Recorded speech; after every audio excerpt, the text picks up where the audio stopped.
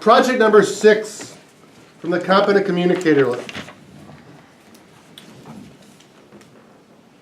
I'm waking up here. The objective will be to use volume, pitch, and rate to reflect the meaning and interest in her message. She will use pauses effectively rather than fillers, and she will use vocal variety smoothly and elegantly. Jackie her speech is 5 to 7 minutes. Life can go from 0 to 1. Life through her struggles and passions with the swimming. Let's welcome Jacquie.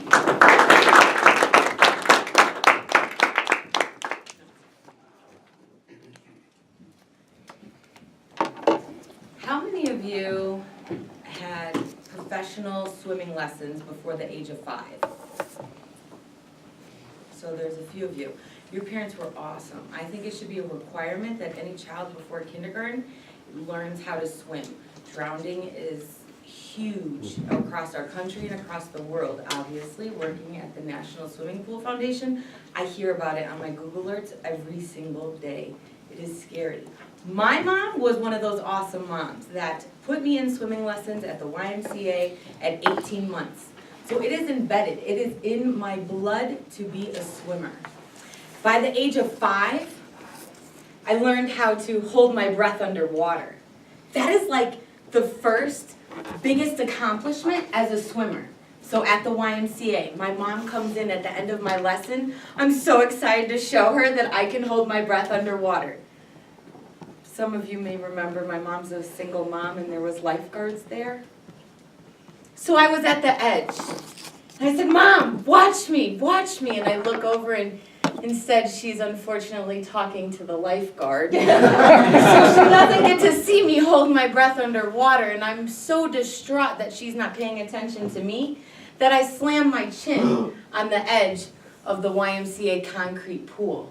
I still have the scar from when I was 5. I will never forget it. My blood went into the entire pool of the YMCA pool. This is the 80s.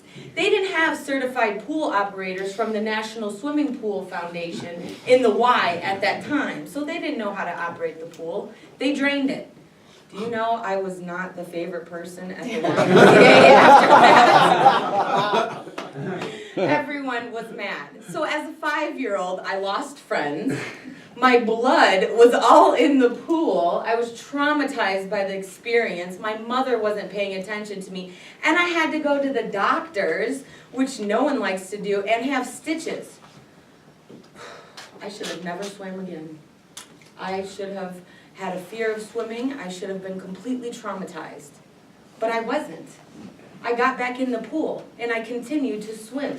I wanted to see what the next challenge was, because I tackled the hardest one, which is holding your breath underwater without holding your nose. There's adults that still do that. So then I continued on swimming. Lake Michigan, I'm from Chicago. Lake Michigan is where everyone swims. If you don't know, you have your green flag, your yellow flag, your red flag. Swim, caution, don't. It's red flag day. But I'm a good swimmer. And my mom says, "No, Jacqueline, don't go in the water." I say, "Mom, I'm fine." She said, "Fine. Don't go past the buoy." I'm from Chicago. We don't follow rules. We go past the buoy. 8 years old, I go past the buoy. The wave's coming. I can't wait to jump this wave. The wave jumped me and took me under. My mom's boyfriend, luckily, was able to come out and save my life. I should have died that day in Lake Michigan like many other children have, but I didn't. I should have never gotten back in the pool or gotten to the water because I almost died. I almost drowned, but I didn't. I love swimming, and that wasn't going to stop me. So then I continued to swim. As an 11-year-old, now I have a babysitter because my mom works a lot. And the babysitter, of course, just lays out at the pool, at the public pool, and I'm swimming for 9 hours a day. Every single day I'm swimming. I love swimming. I make new friends. I have new challenges, it keeps me healthy, and I catch a nice tan every day. How could you not love swimming? But the problem is my body started to reject the water. I became allergic to chlorine. And by allergic, I mean the bottom of my feet would crack and bleed. So after swimming, my house was probably 2 blocks from the public pool. I would be walking home as an 11-year-old, and I couldn't even walk barefoot. You know, in the 80s, the Flintstones was popular. The cartoon, they didn't have shoes. Nobody in the 80s wore shoes. We all just ran around barefoot.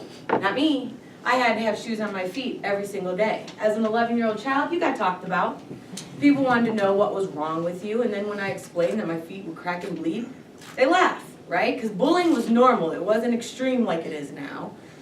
And it was traumatizing for me to have to go through that. I had to put salve and bags on my feet when I slept at night.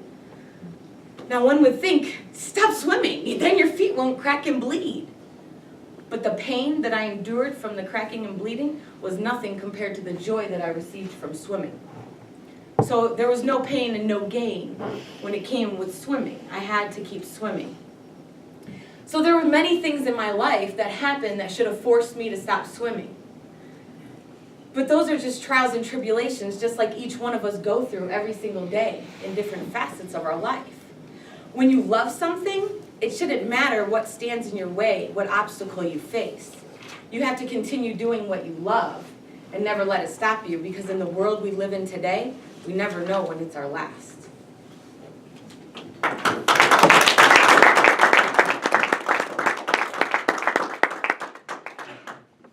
What a great story.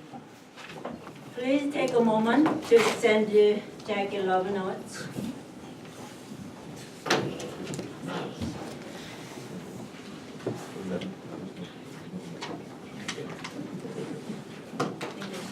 Timing. I'll skip my question portion.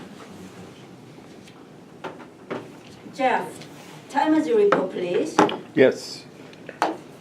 The Espen had 636, Jackie had 531, and John was 630. He passes, but he's just on the edge. Yeah, everyone qualifies. 6:30. That's Please pass vote to Greg as best speaker. Getting into next.